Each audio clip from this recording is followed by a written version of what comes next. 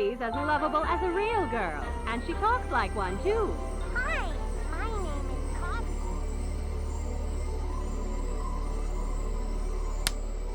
In 2014, a devout Christian indie game developer was struggling. His games, which typically were about Bible stories and spreading the good word of the Lord, were not getting much attention, and he was having creative differences with the animation studio he was working with. Following a string of barely noticed game entries and dealing with continuously growing financial issues, the creator decided to cut his losses and try something different. See, this developer had gotten a lot of criticisms for his original works. People saying that the characters were creepy, and that the games felt more like horror games than simple children's Bible stories, the characters and animations falling into the distinctly unsettling, uncanny valley. Not quite human, but enough so that it got under people's skin. This, at the time, was obviously not the reaction the dev was going for, but he decided to cut his losses and lean into that criticism. He would try making a horror game, and he would do it in his own personal style. The dev's name was Scott Cawthon, and the game he released on August 8th of 2014 was called Five Nights at Freddy's. Now, if you clicked on this video, I'm 100% certain that I don't need to tell you what Five Nights at Freddy's is, or how successful it and its subsequent entries have become. Hell, the Five Nights at Freddy's 2 movie came out on the same day I wrote this script. The Five Nights at Freddy's games not only spawned a specific style of horror within the indie scene, that being the sit at a desk and try to wait out the clock style, but also it was the birth of a larger general aesthetic and terminology that began to invade the horror gaming space for a number of years. This new aesthetic and style of game making and storytelling is/was referred to as Mascot horror, and it honestly seems, based on my online research, that some people have a fundamental misunderstanding of what this term specifically refers to. Mascot horror is not simply about horror franchises that have hugely recognizable and marketable characters, as certain online discussions imply. Pyramid Head could arguably be called the mascot of the Silent Hill series, or Jason the mascot of Friday the 13th, but this doesn't mean the series themselves are mascot horror, they just have mascots. Mascot horror refers to characters and settings that fulfill a more traditional and distinctly child-centric aesthetic, before any real horror is introduced in the first place. These are characters and settings that have inherently family-friendly aesthetics and purposes. A pizzeria, a cartoon character, a schoolhouse, a stuffed toy, a children's animation studio, a toy factory, that are warped, usually at a later date than the character's or location's original conception, into something much darker than the intended purpose. Slenderman, a character who is often looped into the mascot horror conversation, would never be unintimidating to a child, so he can't be included in this genre. However, Freddy Fazbear, so long as he's not doing some weird twitchy dance or smelling like a corpse, could realistically be enjoyed by a younger child under the right context. He's essentially Chuck E. Cheese, so FNAF is mascot horror. Several entries into this genre have become hugely popular. Bendy and the Ink Machine, Baldi's Basics, Tattletale, Hello Neighbor. These are games that have managed to nail not only the friendly surrealism that draws typically younger audiences in, but also the larger format of hidden lore, dark secrets, and hard to understand or find secret endings and Easter eggs. This style of game is so easy to make content for. Content creators like Matt, Pat, or Markiplier are inextricably and almost symbolically tied to the success of these series. So tonight, I wanted to look at the mascot horror format and answer the question, is mascot horror effective horror across the board, or does it only work for younger or less experienced audiences? And to try to answer this question, I've decided to devote my attention to one specific entry into this group.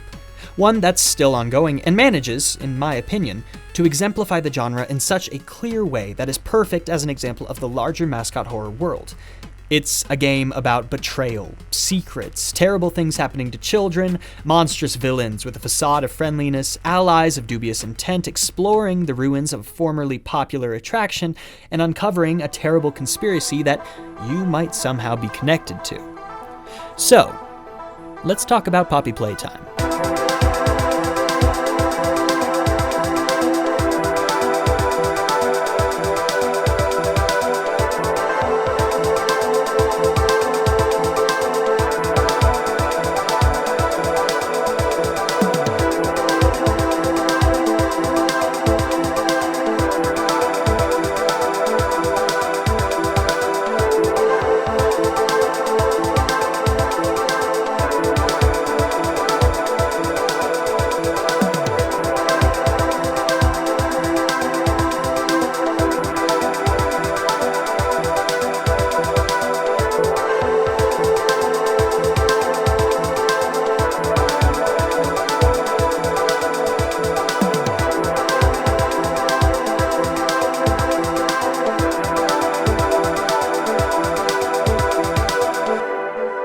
Now, I want to be perfectly clear and get ahead of the comments.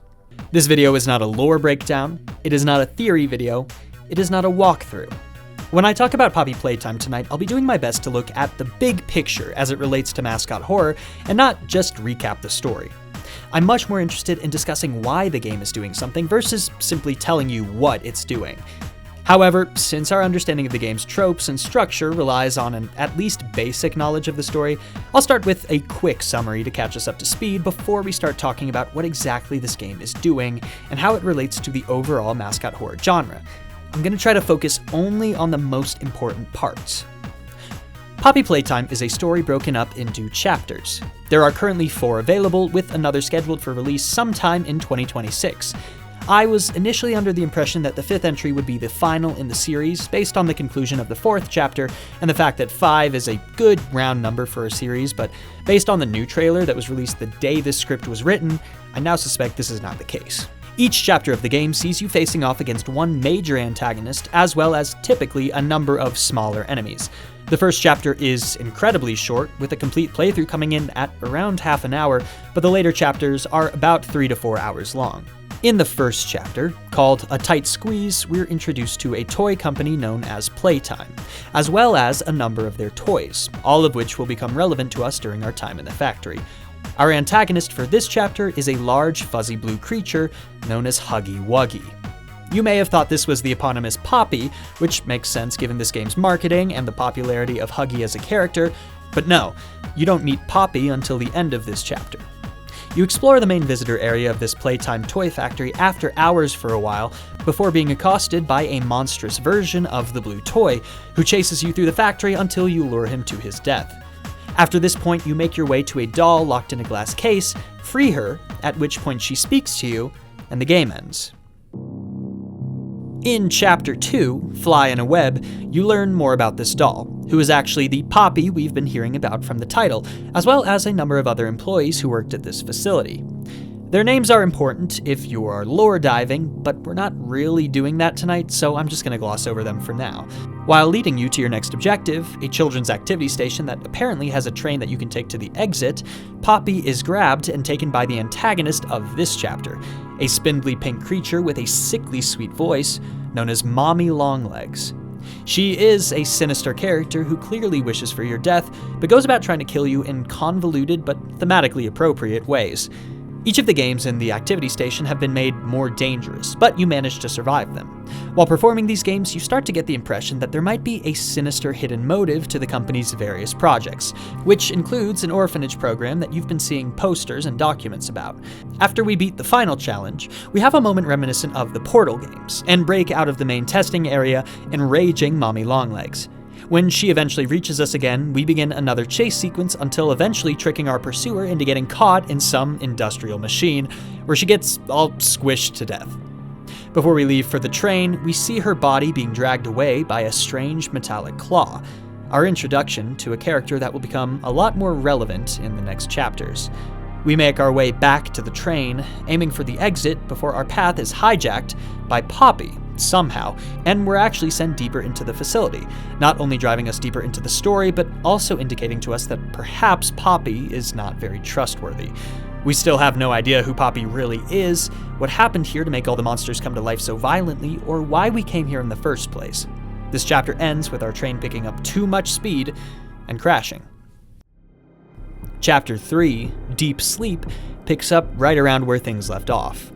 Our body is dropped down a chute by a monstrous purple creature we later learn is named Catnap. We, a new hope, our way out of the garbage compactor we've been thrown into, and make our way to a place called the Gas Production Zone. This chapter has a lot to do with something known as red smoke, a product produced by the Playtime company and emitted by Catnap, which causes hallucinations and nightmares in those who breathe it in. We get contacted by an unknown character who calls himself Ollie around this point. We don't know who he is, he never describes himself, but his voice does sound childlike. We're introduced to a new setting now, deep below the majority of the factory as we know it. A surreal and, I'm gonna say it, sort of liminal, abandoned artificial Playtime branded neighborhood for children called Playcare. This is the place that the orphans from the mystery program used to live.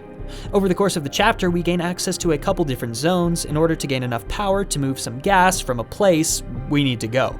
These areas, in order, are an orphanage, a school, a play place, and finally an administrative building, each of which hold their own terrible monsters and hidden secrets. We've been seeing it for a while, but this is the place where the sparkle of Mascot horror really starts to show. We'll return to that later. Throughout this chapter, we learn more about Catnap, specifically the fact that he seems to worship this entity known as the Prototype, who we personally know almost nothing about, other than the fact that it's immensely powerful and feared by every non-evil creature down here. We also learn a little bit more about Poppy, and the fact that she's formed an alliance with a female pink variant of the Huggy Wuggy character known as Kissy Missy. This character does not speak or meaningfully emote, but it protects us in a few scenes and has the vague physical disposition of a child. I oddly trust this character more than any other character I've encountered, potentially because I can be confident they're not lying to me. We eventually face off against Catnap, holding off illusory doubles of him until we have enough energy to hit him back and weaken him. He dies after being impaled by that same strange metallic hand that dragged away Mommy Longlegs in the last chapter, a hand that we have started to associate with this Prototype character. After beating Catnap, we meet back up with Poppy and begin to descend into a new setting when Kissy is attacked by an unknown entity, and we drop away before we know exactly what happened to her.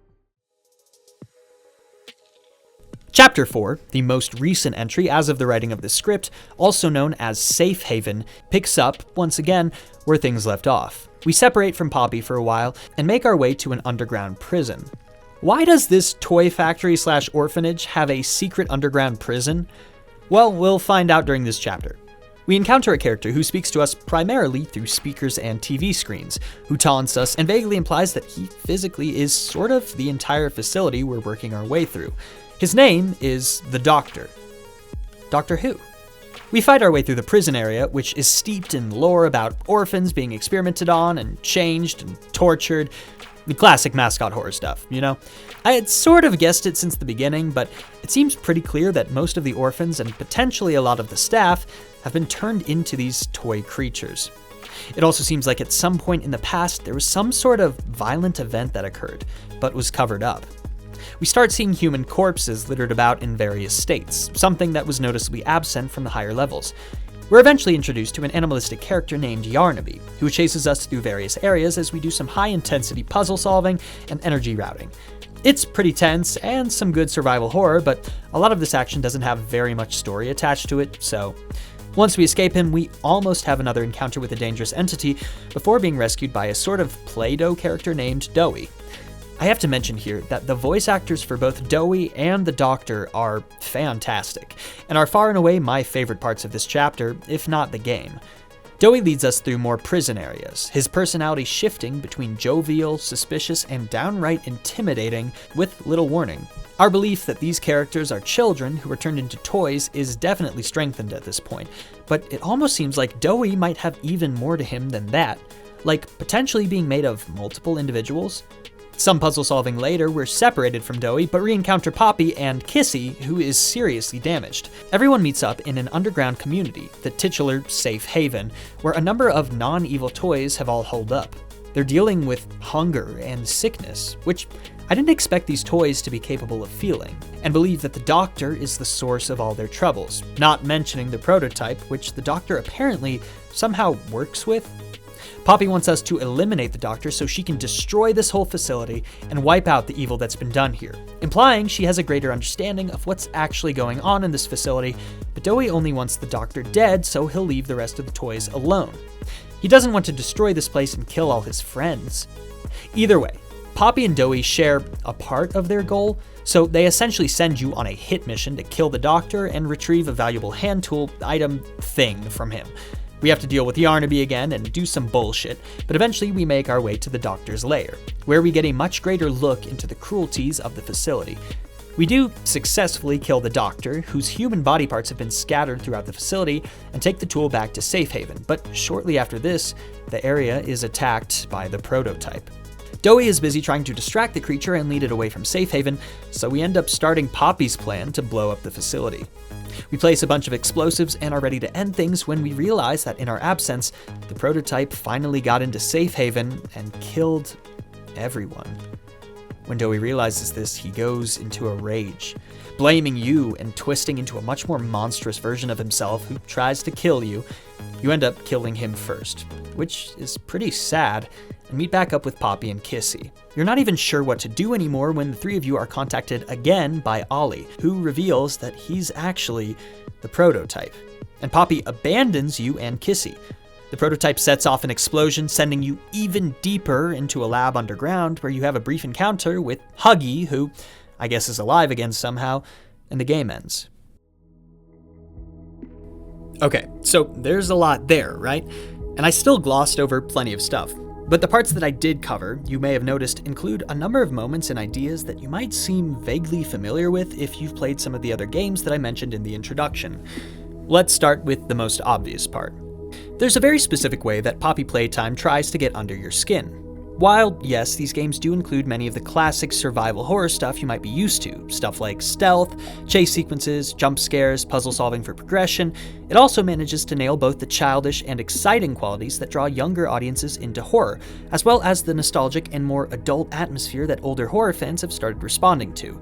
This is most clear at the start of each chapter, which begins with a mixed live-action and animated sequence resembling several entries into the analog horror genre. Each of these introductory clips give us a little information about the company, usually the original intended toy form of whatever villain we'll be dealing with, but also sets the tone of the episode. We're seeing bright colors, kids running and playing, zany sound effects, and original toys that remind us of what it was like to be a child, getting excited about some new toy because an awesome commercial came on between episodes of Teen Titans. This is a part of the Mascot horror genre that kind of works across the board for all audiences, because it puts younger and older audiences alike on the same footing, balances out the equation between an uncomfortable horror game and a fun horror game experience. We just have to look at the designs of the characters to understand what I'm talking about. There's a reason we're introduced to the original forms of these monsters first.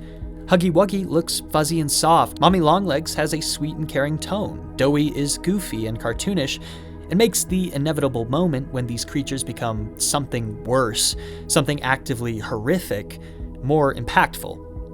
Or, at least, it's supposed to. Here's the thing.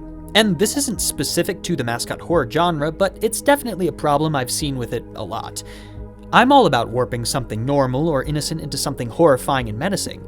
I think it makes a lot of sense, throws your emotions and connections out of whack, and makes you unsure of what to expect. But I think sometimes there's a bit of a threshold to how far you can twist something before its strangeness kind of shifts into goofiness. Like a sort of inverse of the uncanny valley, going so far in the horror direction that it almost becomes a parody of itself. Let's look at two characters from this series and compare them. Poppy, who is, all things considered, an ally, but still is vaguely unsettling in her appearance, versus Catnap, who is definitively an antagonist and meant to be intimidating. Poppy's appearance, to go back 2 paragraphs, does actually manage to hit on the eeriness of the uncanny valley. She's clearly a doll. She has tiny unrealistic proportions, porcelain skin, bright artificial-looking hair, but of course, she moves and speaks like a human. The voice acting in Poppy Playtime is pretty good in my opinion, and this includes Poppy's voice actress, Nola Klopp, who you might remember as the voice of Meanie Ina in Ina Dream Barbecue. This emotive voice acting mixed with Poppy's human movements and distinctly inhuman form, save for her strikingly realistic eyes, create a character who, even at the best of times, you have a hard time trusting. You wonder if there's something deeper to her, and yes, there almost certainly is, and whether or not you should actually be helping her. The plot, to be fair, also serves this a lot better by making her an untrustworthy ally instead of a simple enemy.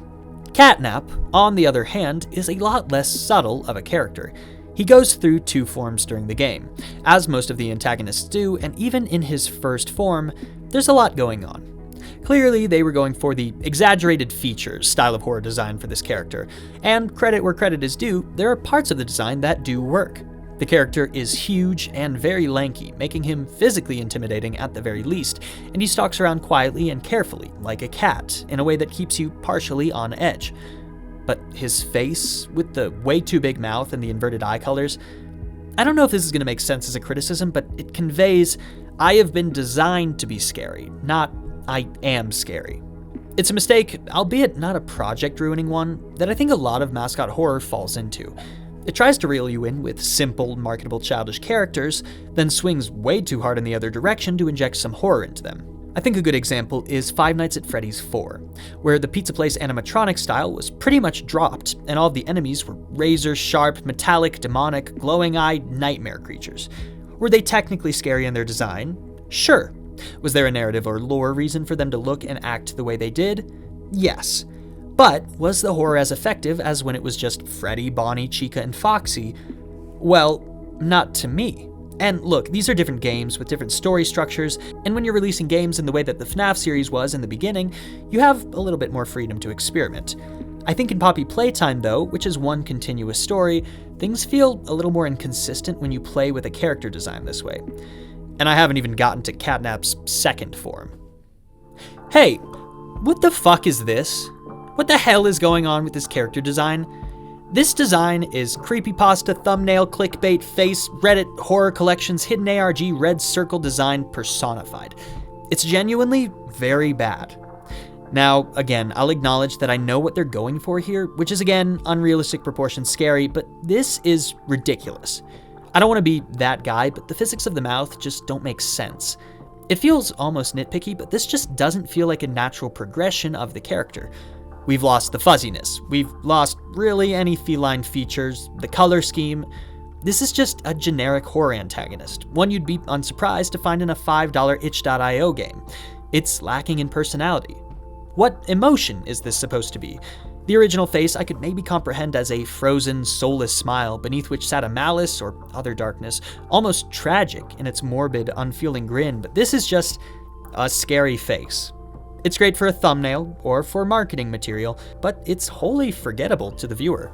Now, I don't want to get hung up on this. This is just one character from one part of the game, and I don't even want to claim that my perspective here is the de facto right one. I've made that mistake before. I'm sure a lot of thought went into designing this character, but sometimes you still miss despite your effort, and my opinion definitely isn't the popular one in this fandom. A lot of people seem to really like Catnap. In fact, he might be the second most popular character in the community, behind Huggy. But speaking of community, something I noticed specifically while diving into the Poppy Playtime subreddit is that, like most Mascot horror entries, a part of the lore has sort of fractured off from the main game and created a weirdly divisive split within the fanbase.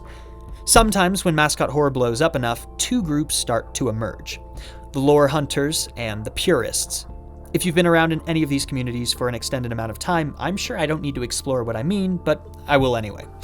The lore hunters begin judging games, and really any entry into their series' official canon, based off of what secrets and information they can get out of it, and how it aligns with their own pre-established theories. These people don't care about the designs of a character over another, they care which dead child this new character might be, or where in the timeline a certain scene takes place.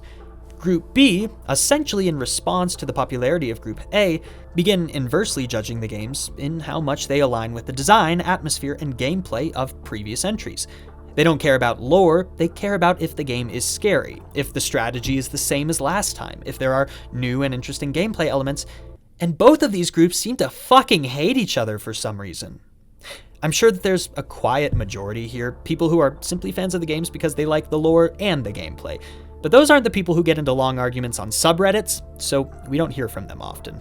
In the Poppy Playtime community, it seems that a big disagreement point is on a group of characters called the Smiling Critters, a group of anthropomorphic animals that includes the Catnap character as well as several others, who have apparently become so popular within the community, specifically to fan artists and younger creators, that the more pure Poppy Playtime fans, the Group Beers, have started claiming that the Smiling Critters community has its own separate fandom at this point. And this is one of the weird things about Mascot horror, is that some people aren't really into it for the horror reasons. The Smiling Critters are cute, colorful characters with distinct personalities and archetypes, and to younger fans of these kinds of games who have an odd predisposition to sorting things and enjoying pre-categorized character structures, these characters hold a lot of potential. They don't need to be horror anymore, they can serve whatever goal the young artist wants to use them for. And by the way, just to get ahead of it, this is not unique to current young audiences. Stuff like Harry Potter and Percy Jackson gained a lot of popularity based on their sorting systems, or Patronuses, or whatever. What district of the Hunger Games would you be from? Are you a Dauntless or an Amity? What would your cutie mark be if you were a magic horse? noticeably all these popular ideas come from media intended for younger audiences, which is really the root of the problem for a lot of Mascot horror discourse. There's a breed of horror fan out there, one I've interacted with primarily against my will before, that believe that horror is only as good as how dark it is, how depraved, how intensely the evil, or the violence, or the whatever is depicted. Again, to be clear, this isn't necessarily an incorrect opinion, it's just a subjective one that clearly not all audiences share. However, certain people from certain groups have a habit of trying to enforce their horror ideals as law. These people also have a habit of finding my comment section and telling me that the only true horror movie is Terrifier, a movie that I've actually come around on a lot over the past year and a half, but that definitely isn't the only horror movie, or even the scariest by a long shot. I digress. The big issue comes when these kinds of people get into contact with a community that has a higher percentage of children, or at least younger adults. Communities like the various Mascot horror fandoms.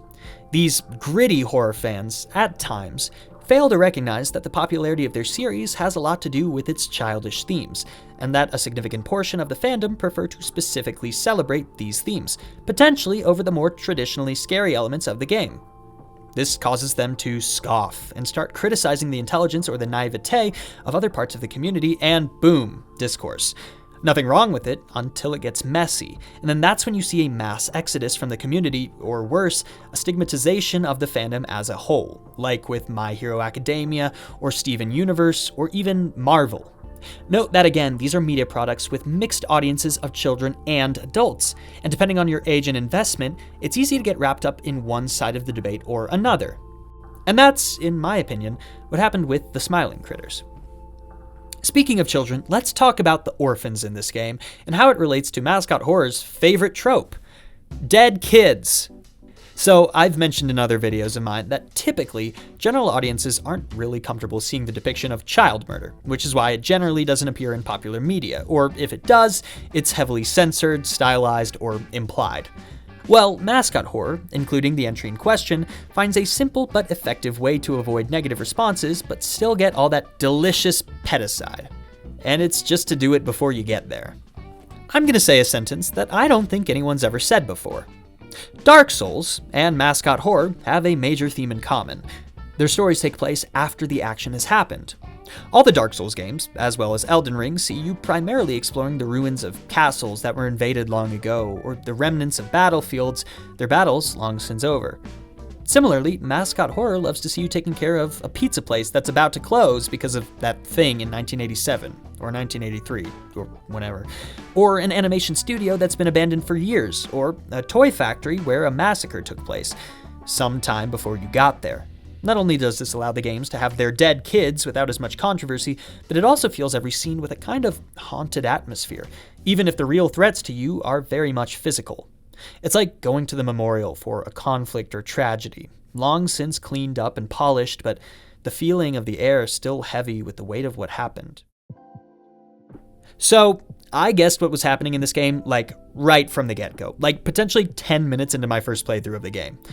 It's not a hard leap in logic to go, oh, these toys are alive. Children love toys, this company is definitely shady, they're probably putting kids in the toys. And I was mostly right, but it also seems like they're putting adults in the toys too. They're just throwing anyone in there. Or maybe it's more that the people are being transformed into toys.